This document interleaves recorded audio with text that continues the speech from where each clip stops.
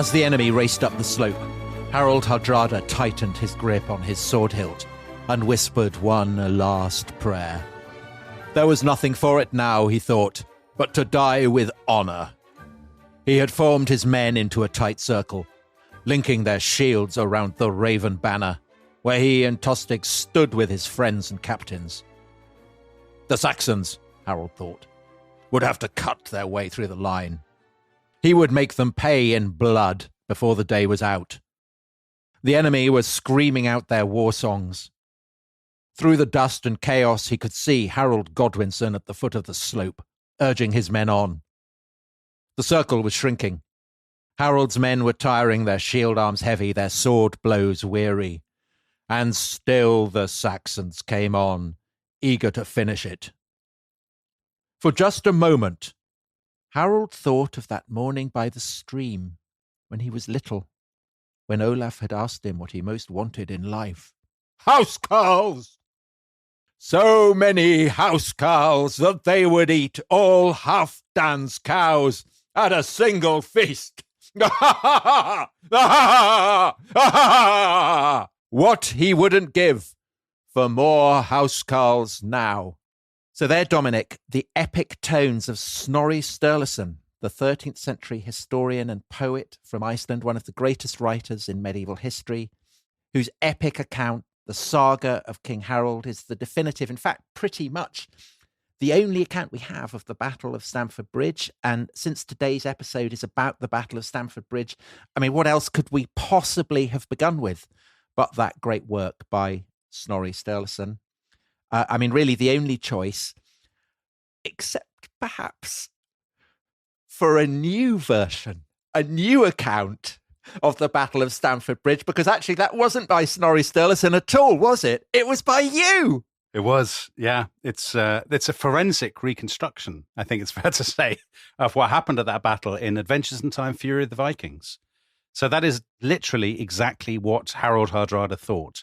He thought back to that moment when he was a little boy, which listeners will remember from the Harald Hardrada series. And, you know, the enemy was singing their war songs and he could see Harald Godwinson coming on. And that's exactly what happened, Tom. Because do you know, Dominic, when we're going to go on and do the Battle of Hastings, and initially I put a passage from Millennium, my book, which includes an account of the Battle of Hastings in the front, and then I thought, no, I shouldn't do that. I mean, you know, there are so many other epic accounts that were written at the time, I put them in. And I did think, I wonder whether Dominic will include his account in preference to that of Snorri Sturluson, the great writer.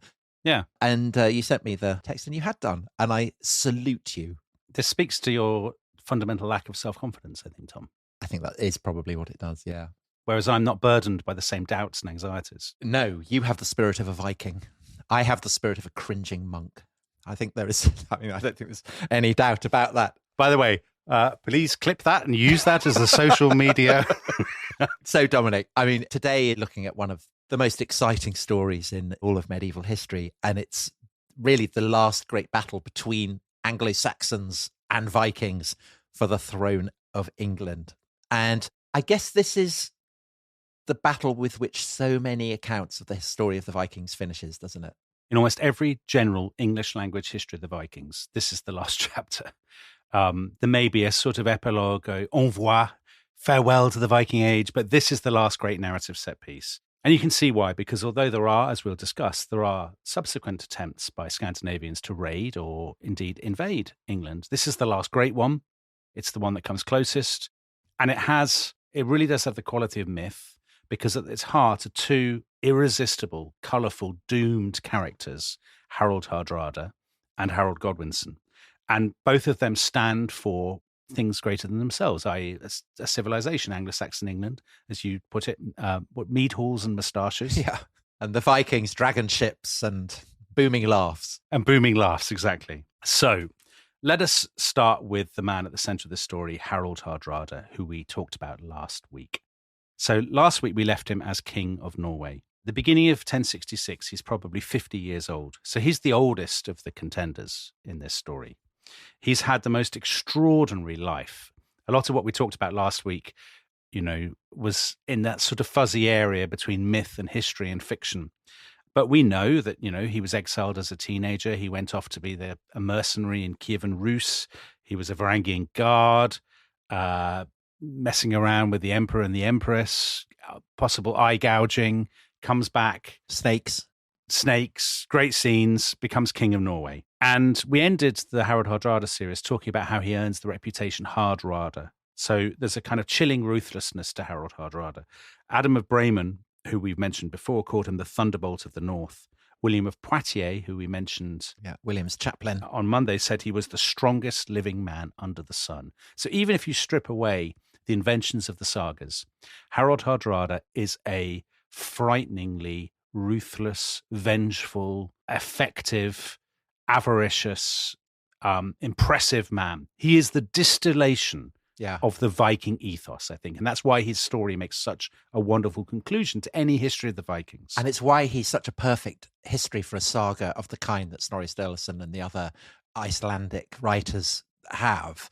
And one of the things that's fascinating about this particular episode is that we have a kind of first draft of history in the form of the Anglo Saxon Chronicle. Yes, we do. So we talked about Tostig in the previous episode, and the Anglo Saxon Chronicle tells us that he has retreated from England in 1065, that he's gone to Flanders, that he then launches a raid on the Isle of Wight, that he then launches a raid on the Humber, and that he then goes to Scotland.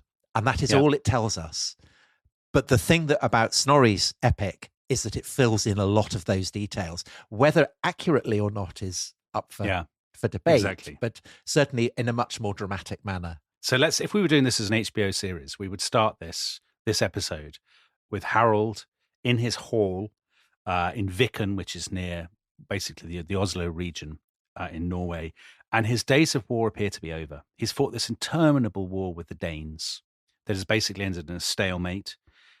You can sort of see how you would shoot the scene. He's sitting there at the end of his hall, grizzled. The old wolf. The old wolf, exactly. And one day in the summer of 1066, I mean, this must have been effectively what happened, a man walks into his hall, a man the sagas describe as, quote, a tall, strong man, a big talker and warlike, with an enormous English moustache. I mean, the thing that's interesting about that description is that in the Life of Edward the Confessor, which was commissioned by Tostig's sister, he's described as being short.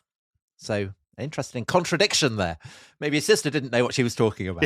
Maybe. I'm going with the sagas, Tom. I'm always, by the way, in this episode, going to go with the sagas. So this is Tostig. And as we described last time, Tostig is seething with resentment against his brother Harald Godwinson, who he blames for his exile from England, the fact that Morcar has become Earl of Northumbria, that everybody hates him, all of this. Now, Tostig in the last episode had been raiding England. He described him messing around in the Isle of Wight and the Humber and whatnot.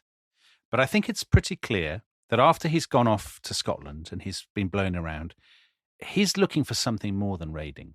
I mean, by going to get help, he is signing up effectively to regime change in England. It's clear to him his brother's never going to take him back. There's no possibility of a rapprochement. Now, if the sagas are to be believed, Harald Hardrada is not Tostig's first choice, because the sagas say initially he goes to see somebody you mentioned very briefly last time, Svein of Denmark. And Tostig in the sagas says to him, why don't you come with me and win the country, win England, as Canute, your mother's brother, did? And I think this has the ring of absolute plausibility. Svein says, no, I'm not Canute. I don't have Canute's capabilities. Only with difficulty can I defend my own Danish dominions against the Northmen, against the Norwegians, which is absolutely accurate. Had Svein taken Tostig up on his offer and gone to England, there's no doubt in my mind that Harald Hardrada would have immediately invaded and conquered Denmark. So Svein would have been bonkers to take that up. Tostig, we're told, reacted contemptuously. He says, I expected more of so gallant a man. And I will look for help, he says, from a king who isn't frightened of a great enterprise as you are. It has to be said that both the contemporaneous sources and the sagas imply that Tostig does not have great interpersonal skills. That's absolutely. He's not a charmer. And to be fair, the record of history suggests that everybody despises Tostig. Yeah. But Tom, Tostig will redeem himself at the end of this episode and behave, I think, in a very impressive and gallant way. So now Tostig crosses the Skagerrak to Viken and he finds Harald Hardrada in his hall. Now, at first, Harald Hardrada too is dubious. You talked last time about how some of William of Normandy's advisors said, England, really? That is a tough nut to crack. That is a hell of a gamble. And Hardrada hesitates. We're told, the king replied that the Northmen had no great desire for a campaign in England. People say that the English are not to be trusted. Who says that? Yeah, well, this is outrageous. This is Everyone knows that an Englishman's word is his bond. right. This is fools in Norway, I think it's fair to say. Idiots. Remember, Harald Hardrada has never been to England, so he knows not whereof he speaks. Yeah, true. And Tostig says, hold on. Remember, you have a claim to the English throne. He reminds Hardrada that a quarter of a century earlier, during the succession crisis after the death of Canute, there was this story that Harthur Canute and Hardrada's brother Magnus had done a deal that whichever of them died without an heir would inherit the other's kingdom, all of his kingdoms. And Tostig says to Hardrada, Magnus was your brother and you've inherited that claim. Edward the Confessor has died without an heir, and under the terms of that deal, England is yours. Now, whether they'd really made that deal, it's not written down anywhere, so who knows? But it's convenient for Hardrada. And Tostig goes on, according to the sagas, if you want it, England is yours. I can talk most of the lords there into supporting you. That, as we know, Tostig is a dubious claim to say the least. Tostig goes on, and he appeals to Hardrada's vanity. Everybody says that never in all the Northlands has there been a warrior king to compare with you. So it seems odd to me that you spent 15 years trying to conquer Denmark, and yet you shrink from the chance of ruling England when it is yours for the taking. Oh, he's subtle there, isn't he? Now, the sagas then say that Harold and Tostig talked long and frequently together, which undoubtedly they must have done. And Harold has to weigh this up, right? Because this is a gamble. Now, until this moment, he has never shown the slightest interest in England. And people who listen to our Harald Hardrada two-parter will know that basically all his career was spent in the east, not the west. He's always looked east. Because there are two paths to wealth in the Viking world, aren't there? Right. England or Constantinople, basically, by this point. So this is a novelty for him. He's never really thought about England before. Some of his chief advisors, we're told, said, look, you can do anything. You're the thunderbolt of the north. Why not? Let's go for it. Others, and this echoes again what the Normans said to William, others again said that England was difficult to attack, that it was very full of people, and that the men-at-arms were so brave that one of them was better than two of Harold's best men, which actually, again, bears out what you were saying last time, that the English are generally underrated. We tend to think, oh, the English were rubbish because they were very peaceable, but actually, they're more formidable than you think. Yeah, and to look at it from the Viking point of view, Viking armies keep going over to England. They keep battering it, conquering it, draining it of its silver, and still it endures and comes back kind of stronger than ever. Yeah, exactly. So Harold sits and thinks about it, and eventually he decides he'll do it. And I think there are three reasons why. Number one is the great traditional Viking reason, which I think does then sort of cement his last Viking reputation, and that is basically money. He has had terrible trouble in Norway raising taxes to pay for his wars, hence the name Hardrada, because he's basically been harrying people who won't pay their taxes. But England, as we've established, is very, very rich. And even if he didn't get the crown, imagine that he lands, there's a lot of battles, there's a kind of stalemate, a little bit like it was with, Svein Forkbeard and Canute in the early days. He might just go home with loads of Danegeld. The English would buy him off. The English will buy him off. So that's that could be a worst case scenario. He doesn't think he's going to die. I mean, it's not the worst case scenario, actually, as it will turn out, is it? But yes, I mean, that's what he could get. Then I think there's a geopolitical reason. It's very clear that Harold has always wanted to, Norway's not enough for him. Basically, if you're a Norwegian or Danish king, your ambition is obviously to try to be the next Canute, to build a kind of North Sea empire. It would make complete sense that you might want to try to do that. And I guess Harald Hardrada has seen Yaroslav the Wise, the great king of Kiev, and he's seen the emperor in Constantinople. So he has a sense, perhaps, that Norway is a slightly shrunken and impoverished stage compared to those. He's been playing for Real Madrid, and now he's managing Burnley. And he probably thinks to himself, ideally, I'd be managing a bigger club. Yeah. And the third thing I think is psychological. And there's no reason to doubt the evidence of the sagas that Harald Hardrada is a very restless, warlike man who basically, he's a bit like Alexander the Great. He doesn't like building bridges and discussing tax returns. What he really likes doing is fighting people. But also, unlike Alexander the Great, he's now 50. And so he's prone to a massive midlife crisis, I guess. Massive midlife crisis. Snorri says he yearned to conquer new realms. And again, if you're doing this as your TV series, he's sitting there on his throne, grizzled, one last time. Will you join me? You know, that kind of thing. So the orders go out. They assemble a fleet in the western fjords. We're told 200 longships and 100 transports. So if you assume about 50 to 60 men per longship, that would be about 10,000 men. That's plausible because that's similar to the force that he threw against Denmark. It's actually bigger than the fleet that Canute used to conquer England in 1016. And I guess that like William's invasion force, which is massing at this very moment on the north coast of France, Harold's name and reputation is a huge draw. Oh, yeah. If you're a young man from Norway, Sweden, Denmark, or indeed near the east or from Flanders or wherever it might be, and the word has gone out, Hardrada sails again. Yeah. It's like something from a Western, isn't it? The dragon boats shall roar a last time as the sun sets in the west. It's Theoden in The Lord of the Rings, right? One last time, you know, with all that stuff. So the fleet is assembled. Before leaving, he goes to visit the shrine of his late brother, St. Olaf, in a place called Nidaros, which is today Trondheim. And St. Olaf has already been turned into a slightly implausible patron saint of Norway as a way of buttressing the Hardrada dynasty regime. And he supposedly, I mean, why you would do this, God knows you'll know more about this than me, Tom. He trims the hair and nails of the body of his brother and then bizarrely throws the key of the tomb into the river. Well, Otto III, in the millennial year, the year 1000, had done the same for Charlemagne. He'd gone down into Charlemagne's tomb and trimmed his nails. Yeah. Right. So it's obviously a thing. Right. Now, a very bad blow for Hardrada is that just as they're preparing to sail, his men are afflicted by a series of terrible dreams. And Tom, you may scoff at this, but I have no reason to doubt that this happened.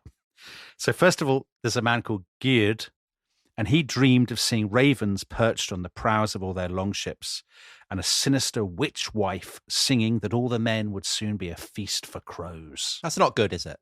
Unfortunately, there's another bloke called Thord, and he says, well, he's also had a dream.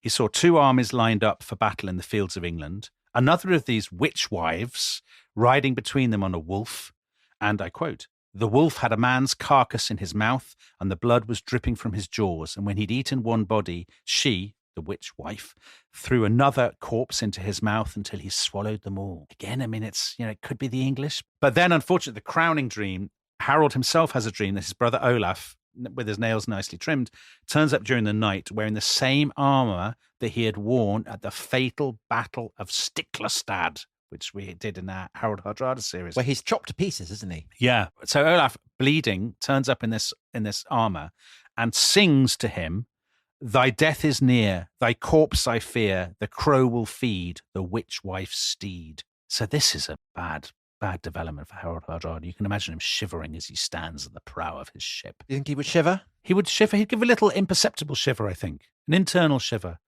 He'd draw his bear skin, you know, his wolf skin cloak tighter around him. He would gaze back at the dark forests of Norway, and then his face would set, and he would gaze at the grey, steely waters of the North Sea and set sail for England. This is literally what happened. So August 1066, it's now or never they set sail.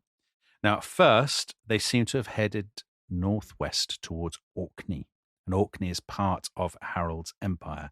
And we are told by Heimskringla, the King Harold saga, that there he collected more men and he left. The saga says he left Queen Elisif. So she's the one from Yaroslav's daughter. And her daughters Maria and Ingigerd in Orkney. But historians now think that's unlikely, that she might have been dead by this point anyway. And that actually he had a second wife called Tora, and that maybe it was her who he left in Orkney. Anyway, we don't need to worry about them. And it's interesting because there's a 12th century English chronicler, so that's well before Snorri, who says that Tostig, who has spent the whole summer, you know, presumably having come back from seeing Harald Hardrada hanging out with Malcolm of Scotland, that he has already been joined by ships from Orkney, presumably sent by Hardrada. Yeah, it's slightly confusing where Tostig is at this point because the sagas give different explanations, but Tostig is definitely doing something up in Scotland. He's with Malcolm. I mean, that's what the Anglo Saxon Chronicle says. So Harold now turns south. He sails down the east coast of Scotland towards the ancient kingdom of Northumbria, of course, the part of England with very, very strong Scandinavian roots and Scandinavian traditions.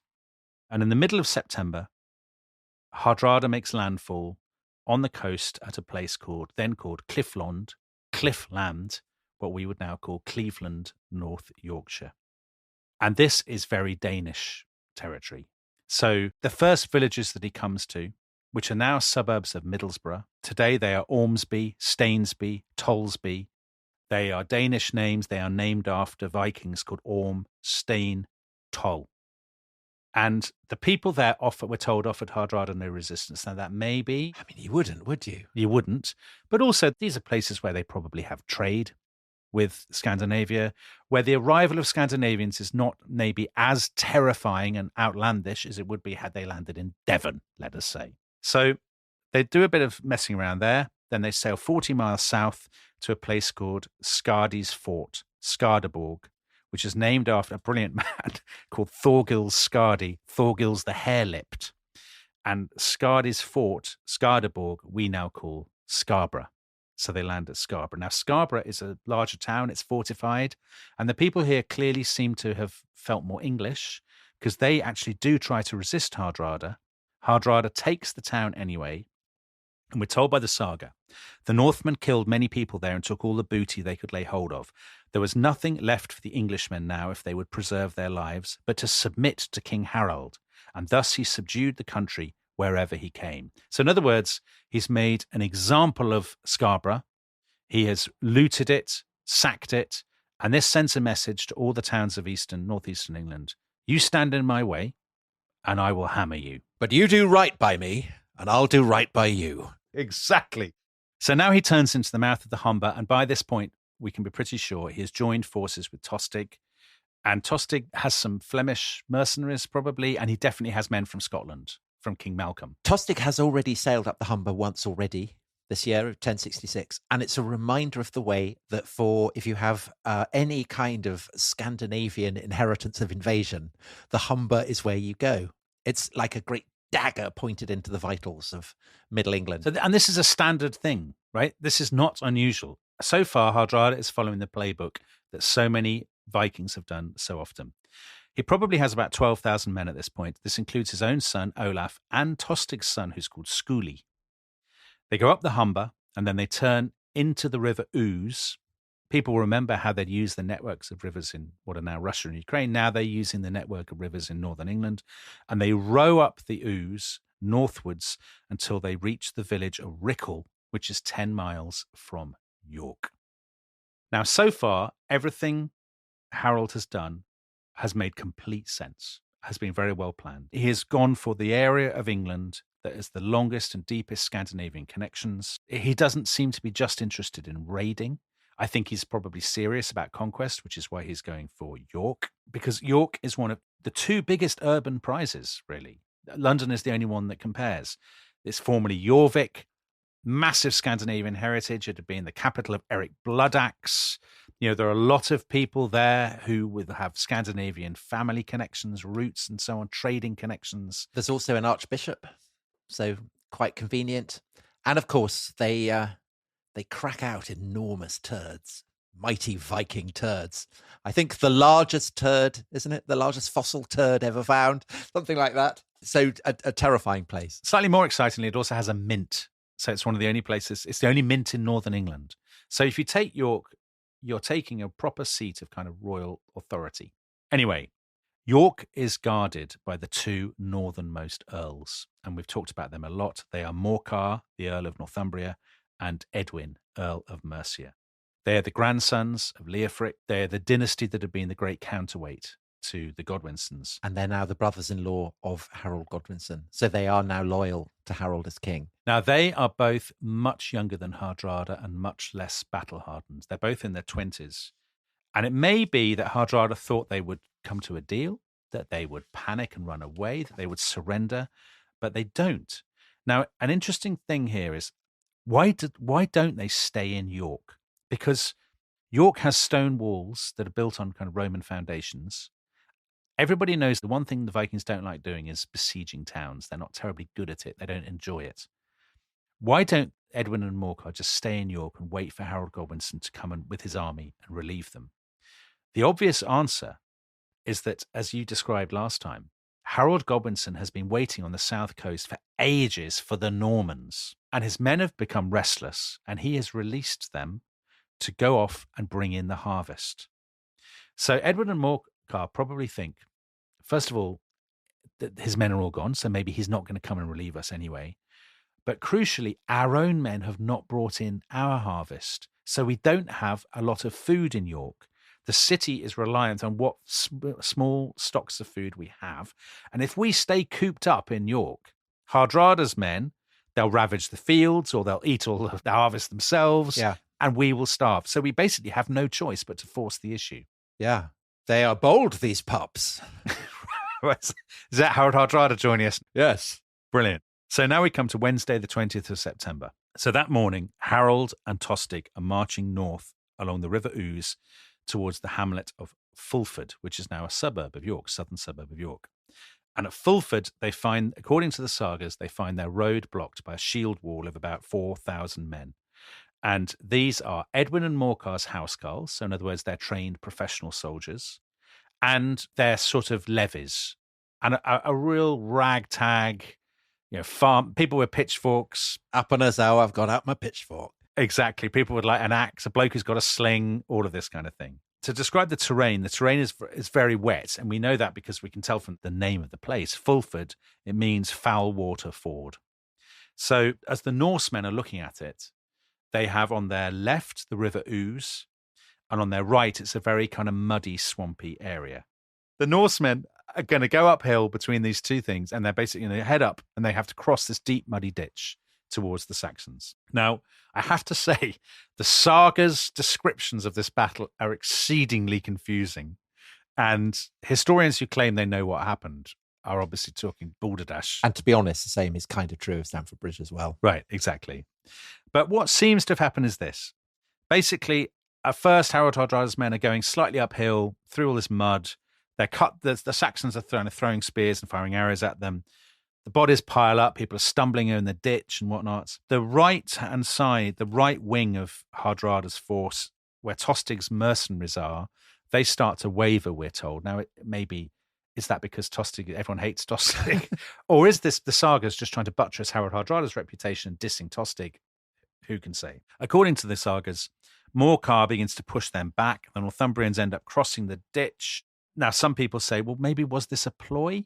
Was this a Battle of Hastings style ploy? Or has it been lifted from accounts of the Battle of Hastings? Exactly. King Harold's saga says, Harald Hardrada commanded the charge to be sounded and urged on his men. He ordered the banner, which was called the Land Waster, to be carried before him and made so severe an assault that all had to give way before it.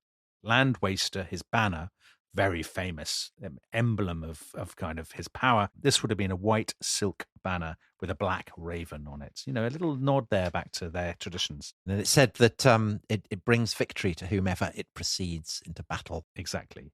So now Hardrada orders his men into this great charge, into the gap that's been left by Morcar. There's a lot of ferocious hand-to-hand combat.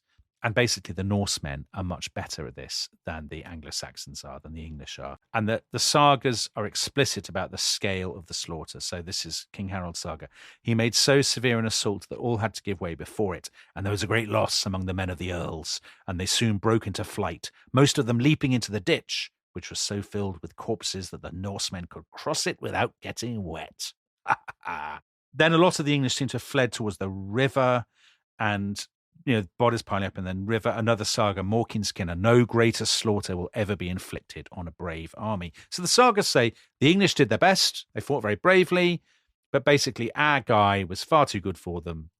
And in the end, their military power is totally broken. Now, both Edwin and Morcar get away, but now there's nothing between Harald Hardrada and York.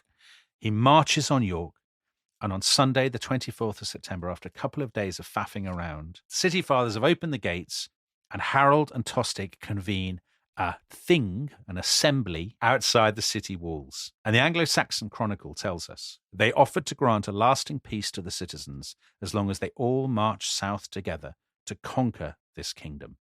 So what Hardrada is saying to the York sort of city fathers here is, I'm not going to sack the city. I'm not going to pillage and loot it. Let's collaborate now. You join with me and we will take England. And actually, do you know what? There are probably a lot of people in York who think to themselves, we could actually come out quite well from this. Why not? Well, because the Godwinsons are unpopular. And the fact that Tostig perhaps is at Harold's side actually serves as a reminder of everything they disliked about the Godwinsons. And perhaps, they'll pitch in with Harald Hardrada. Right. And if they've pitched in with Harald Hardrada, what kind of benefits will flow Northumbria's way, York's way, as opposed to London, which will be a conquered city? Yeah. And of course, for Harald Hardrada, why would he sack York? Because he needs it as his capital. Yes, exactly. So Hardrada says, okay, fine. This is what we'll do. You can give me 100 people as hostages as a guarantee of your good behavior. I will offer you 100 people as well.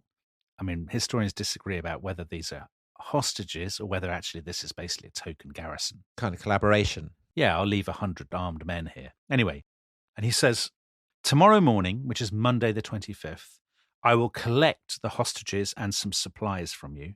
And when I do that, I will name the people who are going to rule over the town and who are going to sort out the laws and who are going to give out land and all of that. So we'll make the final arrangements tomorrow, Monday. Now, in the meantime, my men and I are going back to our ships, which are still on the river at Rickall on the River Ouse, which is 10 miles away. We're going to sleep on the ships and we'll be back tomorrow. We won't come back to York. We'll get the hostages from a river crossing, an old Roman river crossing, actually, called Stamford Bridge, which is 8 miles east of York. That is where we will meet. And they all say, fine, we'll see you tomorrow at Stamford Bridge. So as night falls on this Sunday, Hardrada and his men have marched all the way back to the River Ouse and Rickall. And you can imagine the scene. Tom, you can deploy your laugh if you like. There is much feasting. Right. There's much feasting, war stories. They're telling anecdotes about, I smashed this bloke's head in. It was absolutely brilliant. Loved it. And do you know what? Harald Hardrada is living the dream. It's all gone swimmingly. He's back on the road. Yeah. Great gig. Yeah, exactly. Wonderful. Now for the South and for the crown of England. But, Tom, as they drain their wine cups and their drinking horns, what none of them knows is that 12 miles to the west, out of sight, entirely undetected, another army is waiting. And Tom, within just a few hours, Harald Hardrada's final adventure will reach its dramatic, heart-stopping conclusion. This is blood-pumping stuff. And we will be back after the break with the Battle of Stamford Bridge. Hello. Now, I'm sure you're already aware of this, but if you're not, we have some absolutely thrilling news for you. Last October, Tom and I did a live show at the Royal Albert Hall in London with an orchestra and a choir, and we enjoyed it so much that we're coming back to the Royal Albert Hall again with an orchestra to do not one, but 2 live shows, a matinee and an evening performance. That's right, Dominic. We will be returning to the Royal Albert Hall on the 4th of May. And once again, we will be exploring the lives of 2 composers. On this occasion, Peter Ilyich Tchaikovsky and Richard Wagner. And once again, we will be accompanied by a full orchestra, the Philharmonia Orchestra. And the orchestra will be conducted by very much friend of the show, Oliver Zeffman. That's right, Tom. And here is the really, really good news. The very last tickets have just been released, and there are still 1 or 2 available. And they are both for the matinee and for the evening performance. So if you're an early bird or a night owl, there are still tickets available for you. So that's The Rest is History live at the Royal Albert Hall on the 4th of May. So only a few weeks away. And we will be covering the lives of Tchaikovsky and Wagner. And if you want to snaffle up those last remaining tickets, go to therestishistory.com. That's therestishistory.com. This episode is brought to you by Rocket Money. Tom, we often talk about how to organise our finances. I'm very conscious that I'm paying for a lot of mad subscriptions. And there's one thing that we've talked about often on this show. It's the thing that we probably hate more than any other, and it's a hidden fee. I would love to get my finances under control. There are all these things piling up on our bank statements, and I think I need to fix this problem. I need to sort this out and to stop this. I mean, my finances are so chaotic that I need this app. So I'll tell you what it is. It's called Rocket Money. It's a personal finance app that helps find and cancel your unwanted subscriptions. It monitors your spending and it helps to lower your bills so that you can grow your savings. With Rocket Money, you can track all of your subscriptions and you can easily cancel within the app with just a few taps, saving you time, avoiding charges. And you can also set budgets and goals and get personalized insights and regular reports to track how you're doing. They will even send you real-time alerts for large transactions, upcoming bills, refunds, and even low balances. So let Rocket Money help you reach your financial goals faster. Join at rocketmoney.com/ishistory. That's rocketmoney.com/ishistory. rocketmoney.com/ishistory. Hello, welcome back. We are at dawn, Monday, the 25th of September, 1066. Harald Hardrada presumably waking up perhaps with a slightly sore head. There has been much drinking and feasting and fooling. And he must think everything has gone absolutely brilliant. All he needs to do is go back to the meeting place outside York, pick up his hostages, pick up his supplies, and then he can turn south. And he divides his army, doesn't he? So a third stay behind at Rickle to guard the ships. And those who are left behind include his son Olaf, and his pledged son-in-law Eystein. And then the other 8,000, he and Tostig will take them to go and get the hostages and the supplies and things. And we know that it's unseasonably warm. So the Heimskringla, the weather was uncommonly fine and the sun was very hot. So the men laid aside their armour and went ashore only with their shields, helmets, spears and swords. And many had also bows and arrows, and they were all very merry. So heading off without your armour, what could possibly go wrong? So Tostig, we're told in the sagas, says, what are we doing? Let's take the armour with us. It's mad to leave our armour behind in enemy territory. I fear you've lost your wits. So his people skills kicking in again there. And we are told that everybody hates Tostig so much that, quote, nobody would listen to him. I love that detail. Now, the thing is, Tostig, of course, at this point is redundant. Really, there's no point in Tostig anymore. But you might say worse than redundant, that he's an active problem because everyone in York hates him. Exactly. So it doesn't surprise me that nobody listens to him. I mean, at this point, if you're Harald Hardrada, you're probably thinking, well, I'm going to get rid of this bloke pretty soon because I don't need him anymore. Do they leave their armour behind? There are some people who think they wouldn't. So there's a guy called Tom Shippey, great scholar of Norse literature, great Tolkien scholar, who says in his book, Laughing Shall I Die, he says, it's just not plausible that Harald Hardrada would have left his armour behind. This feels like a detail invented by saga writers to excuse his defeat. It's basically like saying you wore the wrong boots in a football match that you were expected to win. Who knows? Let's assume they did leave their armour behind because the sagas they emphasise it again and again. They set off towards Stamford Bridge. Now, this is 15 miles away. Some of them would have had horses.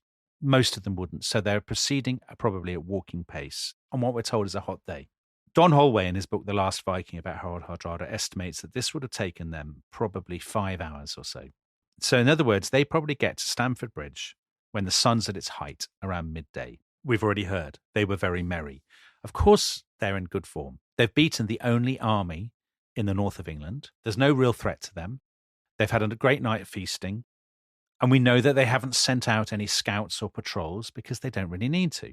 Now, we're told they get to this bridge across the River Derwent. It's a wooden bridge going kind of east to west. Kind of rough boards across with gaps in. With gaps, yeah, through which you could stick a sword or spear, in fact. Potentially, if required. So they cross the bridge from the southeastern side to the northwestern side. And now we're told in the sagas comes the key moment as they see a kind of dust cloud on the western horizon coming from the direction of York. And Harald Hardrada says to Tostig, "What is this, horseman?" And Tostig said, "Oh, well, this will obviously be the group bringing the hostages, Or maybe it's a party of kind of bigwigs from York who've come to pay you, homage, to bend the knee, as it were.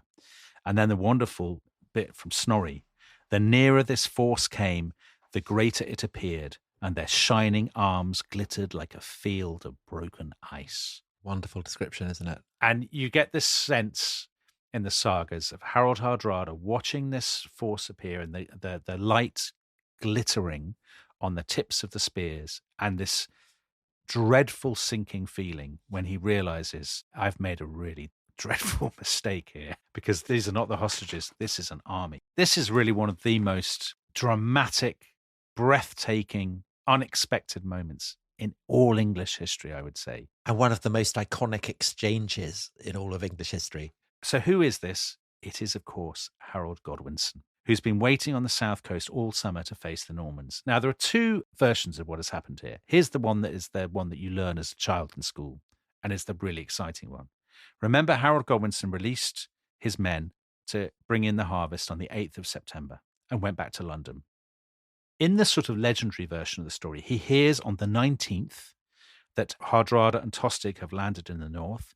He immediately musters his men, what men he can, and then he starts riding out of London, gathering men as he passes. So that would be on the day of the Battle of Fulford, the 20th of September. Now, normally that journey to York would take 2 weeks. And in the kind of legendary version of the story, somehow pushing his men beyond the limits of endurance, he does it in 4.5 days. And for historians who love Harold Godwinson, they say, come on, this bloke is brilliant. He's a brilliant general. He's a great organizer. And what an inspirational Churchillian figure he must be to push his men to cover such a distance in so short a time. But the trend among more modern historians, more recent historians, is to say, come on, if it takes you 2 weeks, you're not going to do it in 4 days. That's just not plausible. But I think they can be discounted. You think so? Yeah. I do. The cynic's explanation is that actually Harold Godwinson left much earlier. That probably he had word that Hardrada had first entered the Humber, and then he started mustering his men, and probably it did take them about 2 weeks. So maybe they're not quite as exhausted. But also, bear in mind, we were talking in the last episode about the incredible military apparatus that an English king can command. He can command people from the north. Yes, of course. There are deep reserves of manpower. They haven't all been wiped out at Yeah. Fulford. So, I assume he could do what seems to have happened in the wake of Stamford Bridge, which is he has a cavalry force. And as he goes, he raises men who then accompany him. That's quite possible too. That is absolutely possible. Either way, by the evening of the 24th of September, so the previous evening to the day that he meets Hardrada, by that evening, he has reached the village of Tadcaster, which is 10 miles southwest of York, having covered a distance of almost 200 miles. He will undoubtedly by this point have heard about Edwin and Morcar being defeated. He will have heard that York has surrendered. And what he does is he waits. He allows Hardrada to have his feast, to feast at the ships. He keeps a low profile.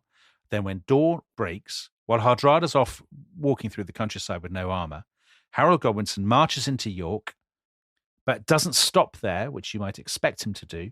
He keeps going. He obviously is told Hardrada's going to Stamford Bridge to get the supplies and the hostages. And Godwinson says, right, I'm going there too, and we will intercept him there. It's a bold call. He's going to risk it all on one battle. I mean, this is what people keep doing in this story, isn't it? So this is what Hardrada sees coming in the distance. Harold Godwinson with the English army, and they're flying Godwinson's war banner, which is a red flag embroidered with a white fighting man. Yeah, the fighting man of Wessex. Love it. So Hardrada thinks, oh no, oh God, because the Englishmen have more men. They have 12,000 men. He perhaps has 8,000. And if we can believe the sagas, his men have by and large left their armor behind. So what's Hardrada do now? Now we're dependent completely on the sagas, really. The sagas say he sent 3 men. He said, bring my 3 fastest riders, and sent them back to Rickle for help. Get the rest of the men. But if he did that, he must have known that would take, even if they're riding really fast, and then they basically move really quickly, it will take 3-4 hours for them to get to him. So the key would be to find a bridge, say, and hold the bridge. If only there were a bridge that he could hold out at. And he says to his captains, the Englishmen shall have a hard fray of it before we give ourselves up for lost. No question about that. Yeah. So now there are two great incidents that feel they're very J.R.R. Tolkien or the stories of King Arthur, or indeed the Norse myths. First of all, he wheels his horse to bring up his army, and he says, "Bring forth the land waster, the raven banner." And at that point, his horse stumbles and throws him to the ground in front of his men, which is a terrible omen. But he is quick-witted, as we know, and he says, "Ha ha ha, a fall is good fortune." And Dominic, that is something that will also be told of William landing at Pevensey. Yes, of course. And both these accounts derive from an account in Suetonius about Julius Caesar. So to be discussed. Well, this is the thing with all these stories, right? So what is going to follow in the sagas, so many elements of this will be familiar to listeners from other battles and other such confrontations, because that's actually, of course, how the sagas worked. They're rather like Bond films. They have familiar elements that people listening to the stories, they look forward to hearing the bit where the king's going to fall off his horse and say, "Ha ha, that is good fortune," because they like those elements of the story. I think also with Hardrada specifically, there's the issue of the land waster always guaranteeing victory to whoever has it. And so there is a need on this occasion to explain why that might not necessarily be the case. It's at this point we hear Harald Godwinson speak. And Harald Godwinson says to his men, "Who was that tall man whose horse fell with the blue tunic and the beautiful helm?" Now he's talking, we're told, to Norsemen who are fighting for him. And that's not implausible, is it? I mean, these are not, ethnically homogenous armies. Harold is half Scandinavian himself, Harald Godwinson. And these Norsemen apparently say, "That was the king of Norway." And Harald Godwinson is given the splendid line, "He looks like a grim and splendid man, but I think his luck has run out." Harald Godwinson in these epics, and I think you get the sense of him actually from contemporaneous accounts, there is a quality of Clint Eastwood in a spaghetti western. Yeah. He's very cool, and there's a kind of a dryness to his humour that seems authentic to the man. Well, we'll see in the next exchange the great demonstration of this. And this, I have to say, for me, is one of the great conversations, one of the legendary conversations in all English history. Not just medieval history, but all English history. And there are so many different versions in the sagas and chronicles and things that there must be, I think, some kernel of truth here. And to be frank, I want there to be. But Dominic, remember that wonderful description of Harold Godwinson going through life with watchful mockery through ambush after ambush, which is contemporaneous. And there is a quality of that about this exchange, I think. Totally there is. So the English have halted. They've approached the Scandinavians. They're about 2 bow shots away, we're told. And a group of them ride forward with their banners flowing. I mean, this is absolute kind of riders of Rohan kind of territory. Their leader, his face is masked behind a gilded helmet, and he calls out, "Is Earl Tostig here?" Tostig says, rather bizarrely, "I cannot deny it." And this man says, "Your brother King Harold greets you and sends you this offer. He would prefer not to fight you and offers you all Northumbria, a third of his kingdom." Tostig, "My brother should have offered me that last winter instead of his enmity and spite. That would have been better for England." And then Tostig speaks again. "If I accept this offer, what will my brother give Harold, son of Sigurd?" Meaning Hardrada. And then the Englishman has the absolutely excellent line, "He will give him 7 feet of English ground or more if he really is so much taller, but no more than that." So for his grave. For his grave. Now, Tostig, who has been a complete snake so far in the story, then he doesn't take the deal. He says, "Tell my brother to make ready for battle, and never let men say that Tostig betrayed Harold Sigurdsson when he came west to fight for England, for we have vowed to win the kingdom or die with honour." Now, the sagas, who have no vested interest in being nice to Tostig, they're very kind to Tostig at this point. They're saying Tostig actually, he doesn't take the deal. He doesn't betray Harald Hardrada. Well, they do love an epic exchange, don't they? They love an epic exchange. And then the splendid bit, Hardrada, who hasn't understood a word of this because he doesn't speak English, he says to Tostig, "Who was that man who spoke so fair?" And Tostig says, "That was my brother, Harald Godwinson." And Hardrada says, "He is a small man, but he stood well in his stirrups." It's so brilliant, isn't it? Everybody is so great in this story. And those are the last words that will ever be spoken between the 2 brothers. And again, from Harald, you get this wit, this kind of defiant cool Yeah. that you feel must be true to the man. Why is this not the most popular Amazon TV drama of all time? So now they make their final preparations for battle. The English, remember, have about 12,000 men. The Norwegians about 8,000. They have not been transformed by the same military revolution that has taken place in Normandy. So this is not going to be a battle with knights and with great cavalry charges and stuff. There is some of that in the sagas, but most people think these are anachronisms. These are later embellishments borrowed from the Battle of Hastings. What's so amazing about 1066, isn't it? That you have a battle that could have been fought in the 8th century. Yeah. And you have this other battle at Hastings, which presages all the battles that will be fought over the course of the High Middle Ages. It's a year with dragon ships and with castles. Yeah, exactly. It's like two time periods colliding, and that's what makes it such a brilliant story. So the odds very clearly, if you think they've got the same military technology, they're both kind of tired. The odds clearly favour the English, especially if the Norwegians don't have any armour. And in good epic style, the sagas have Hardrada composing poems as he draws up his men. Tom Shippey's translation, I've slightly adapted it.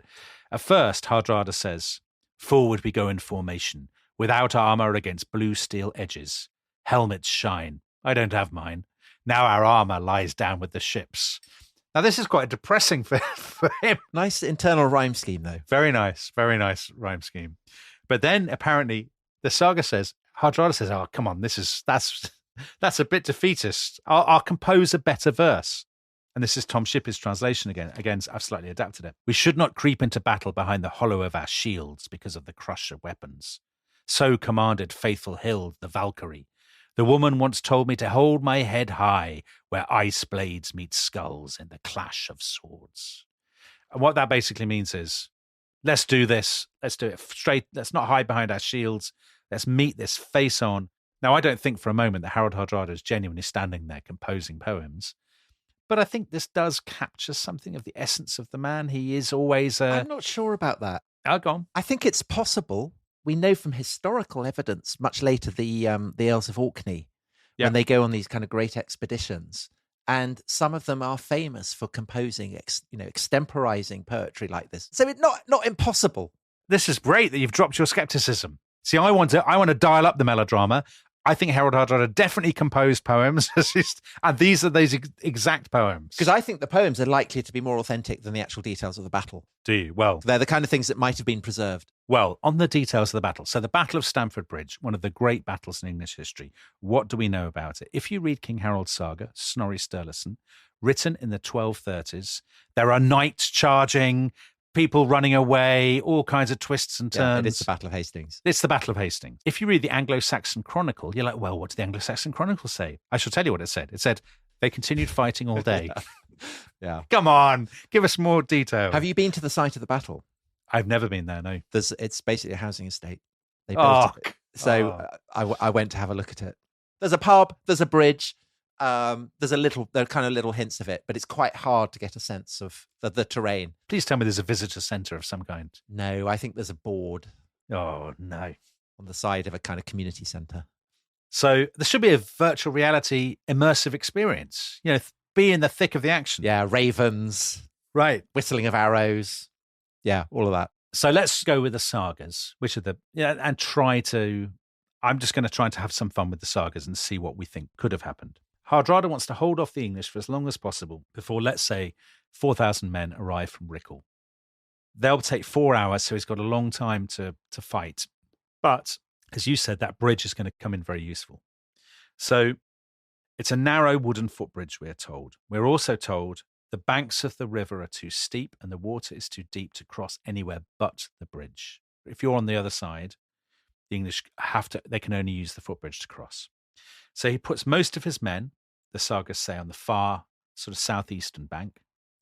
And then he orders his elite, his vanguard, his housecarls, his trained professional soldiers to form a shield wall at the far end of the bridge, the western bank.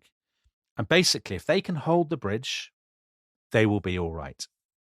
And then, say the sagas, there is this long struggle. The English are firing arrows at them, throwing spears at them, basically trying to dislodge this shield wall from the narrow footbridge, because once they've got the bridge, they can then pour across and attack the rest of the Norwegians. And in the English sources that we have, later chronicles, let's say 100 years later, some of them, they tell the story. Again, it does feel a little bit like a well-known formula, that one by one, the Norsemen are whittled down until there is just one anonymous Norseman holding the bridge alone against the English. So this is Henry of Huntingdon. He was born in about 1088. So he's born about 20 years after the battle. Might he have heard eyewitness accounts? I mean, it's hard to know. But anyway, this is what he says. A single Norwegian whose name should have been remembered posted himself on the bridge, and chopping down more than 40 English with a battle axe, his country's weapon, halted the advance of the whole English army. And this is William of Malmesbury. And you said, Tom, I think that he's about the same generation, isn't he? So he might, again, just have heard eyewitness accounts. I mean, William of Malmesbury is a very great historian, probably the greatest English historian since Bede. So not to be discounted altogether. Well, let us believe him. He says, given the chance to surrender, and being assured that a man of such bravery could expect the greatest mercy from the English, he, this is this lone Norseman, ridiculed those who tried to bargain with him, and scorned the cowards who were unable to overcome one man. And then, this very memorable moment, one Englishman gets under the bridge. Some accounts say he sort of made a makeshift boat for himself and is kind of floating under the bridge. And then he stabs his sword up through the planks of the bridge. That gap between the boards that we mentioned before. The gap between the boards into the Norseman's nether parts. Nether regions, exactly. The Norseman falls. A great cheer erupts from the English army.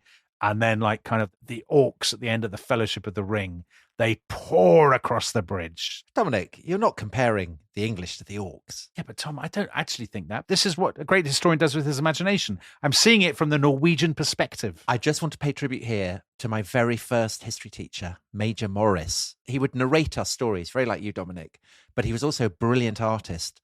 And he drew a picture of this sole Norseman standing on the bridge, smiting the English.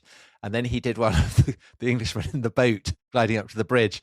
And then he had an excellent drawing of the spear being shoved up through the gap. Oh, no way. And the Norseman kind of arms and legs going out. And I must have been, I don't know, 8, 9 when I saw that. And I've never forgotten it. I can't compete with that because actually my art teacher, when I was that age, said I was the single worst person she'd ever taught in her 40-year career. Mrs. Salt. That was her verdict. So I can't compete with Major Morris, I'm afraid. So what happens next? The English have piled across the bridge. What can we tell from the sagas? What probably happened? Almost certainly the Norwegians would have formed a shield wall, a defensive shield wall, and tried to hold out. And we can assume that effectively the English surrounded them again. And then Dominic has a great historian kind of entered into the mind of Harald. Yes. And if he has, shall I read what this great historian, namely yourself, has written about it?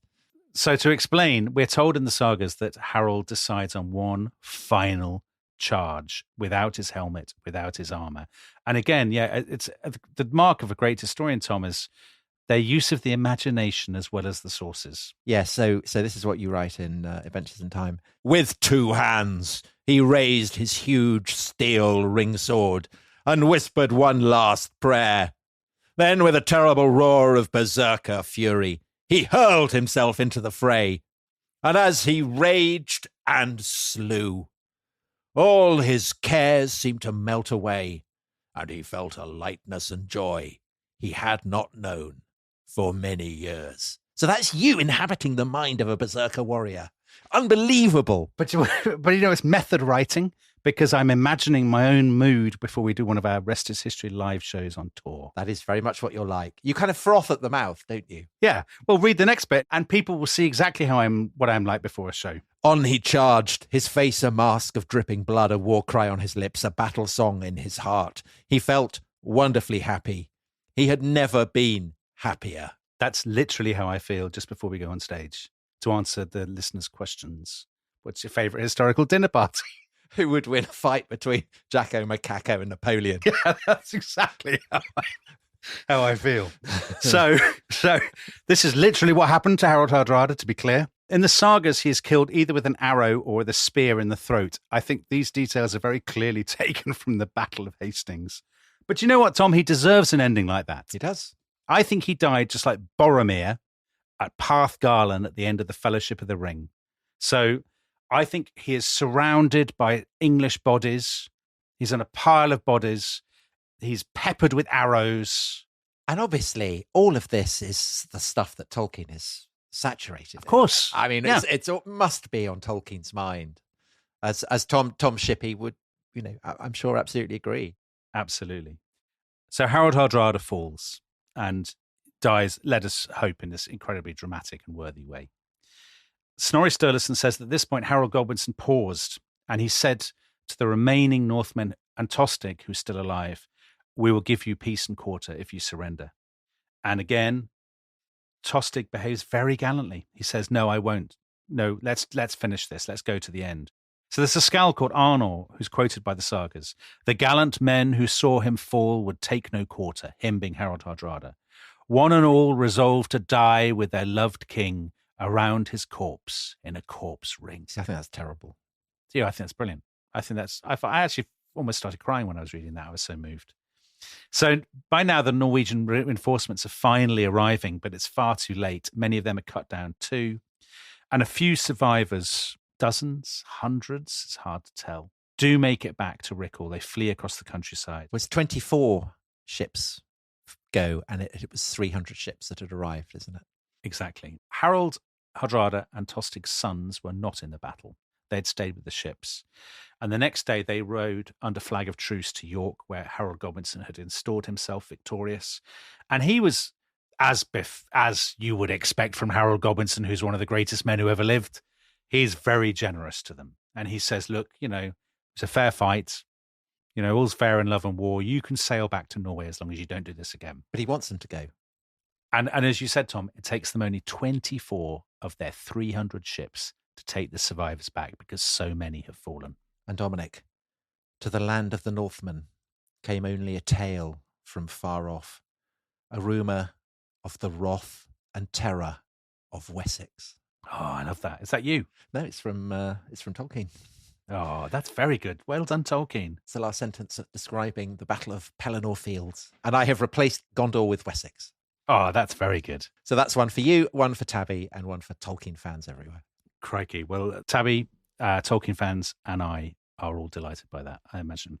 So this is the last gasp, Tom, of the Viking Age. Or is it? Well, is it? Is it, actually? Because you could make two arguments here. One, you could say the Viking Age is already over because, of course, Christianity has already begun to transform Scandinavia. We've had towns arriving in Scandinavia. We've got kings. The days of, freebooting raiders are gone, actually. And Harald Hardrada, in many ways, is not a Viking.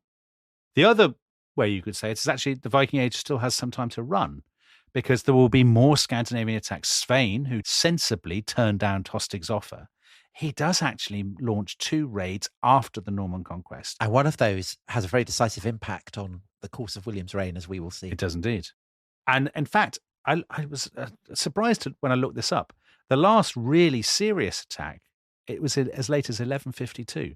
A guy called Eystein II, who was Harald Hardrada's great-great-grandson, raided the east coast of England. So retro, isn't it? You're busy talking about the Crusades and things. Oh my God, it's a Viking. Come on, mate. It's the 12th century. But you can understand completely why people call Harald Hardrada the last Viking and why people always use this to end their kind of Viking survey books. Because there is something about him, the mad adventures of his life, his travels, but also his sensibility, composing all these poems in the face of danger, kind of laughing uncontrollably for no good reason. Yeah. I mean, I guess I would just stick up for the Earls of Orkney, who do kind of hang around on the scene and continue to lead a Viking life, composing poems and going on expeditions and things. You've got to admit, Tom, they don't quite have the same cultural cachet as Harald Hardrada. No, they don't, but they are still around on the scene. Tom Shippey has a lovely line where he's talking about the way he dies. And he says, even the way he dies at Stamford Bridge, this hubristic, end where he's left his armor behind, or has he? Let's assume he's left his armour behind and he's surrounded by the English, but he fights on to the end. Tom Shippey says, this feels like the embodiment of the Viking spirit. Arrogant, unlucky, self-possessed to the last, and accepting his fate with wry defiance. So that's the end of Harald Hardrada. But what of the victor? What of the man who's beaten him? I think Harold Godwinson has won an astounding victory.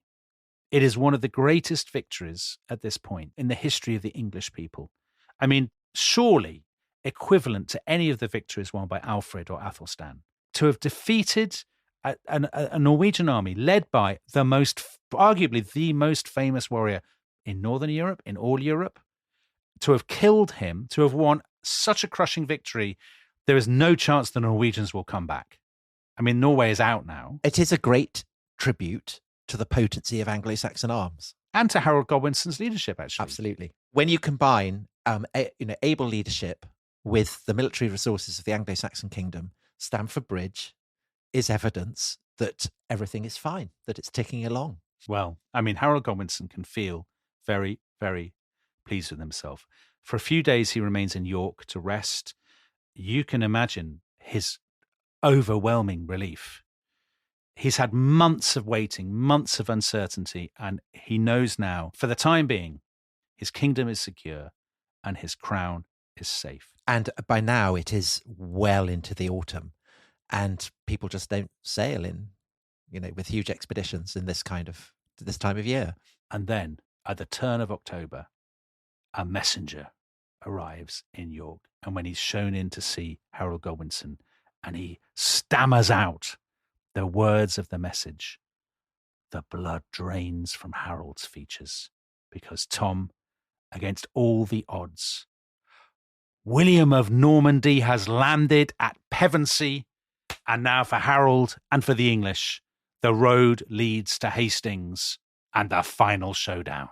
Unbelievable tension. I mean, who would not want to hear that episode right now, to be honest? And if you're a member of the Rest is History Club, the house carls of our podcast, as we like to think of them, you can. And if you're not, then you can sign up at therestishistory.com and join us for slaughter at Senlac Hill. And all that thrilling bombshell. Goodbye. Goodbye.